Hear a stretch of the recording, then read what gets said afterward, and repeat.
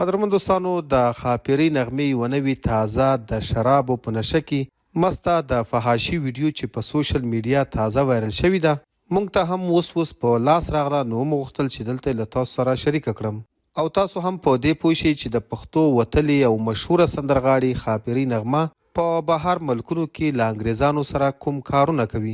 نو که غواړئ چې تاسو هم د سندرغاړې نغمې همدا نوې وایرل شوې ویډیو وګورئ له موږ سره په دې ویډیو کې تر پای پاتې شئ او که تر اوسه مو زموږ چینل نه وي سبسکرایب کړی نو مهرباني وکړئ پښتون ټایم چینل همدا اوس سبسکرایب کړئ. ملګرو سندرغاړې نغمه خو به تاسو ټول پیژنئ چې د لر او بر د پښتنو په زړونو کې خاص ځای لري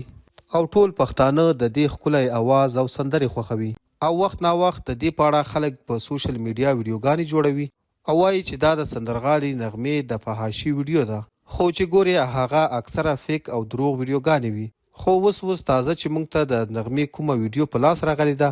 په دغه ویډیو کې نغمې ډیره زیاته فحاشي او بېشرمیانې کړي دي. د نغمې په همدغه تازه وایرل شوي ویډیو کې ښکاري چې په بار ملک کې په یو هوټل کې له انګریزانو سره شراب څکي او د شرابو په نشه کې له هغو انګریزانو سره مستیانې او فحاشیانې کوي. د نغمې د دغه تازه وایرل شوي ویډیو تصویران خلک په سوشل میډیا خپروي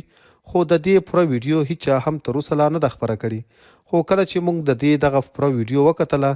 دې پکې ډېرې زیاتې بېشرمیانې او فحاشیانې کړي دي چې تقریبا پوره وجود یې هم پکې ښکاري او دغو انګریزانو ته د نشې په حال کې غاړې هم ورکوي او فل مستیانې او فحاشیانې ورسره کوي. ملګرو د نغمې دغه تازه وایرل شوې ویډیو چې موږ پوره وکتله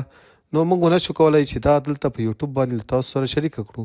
که بیا هم د ثبوت لپاره د کوم ملګري په کار وي زموږ چینل سبسکرایب کړئ موږ ته کمنټ وکړئ موږ به د نغمې دغه پوره بربنډه ویډیو له تاسو سره شریکه کړو.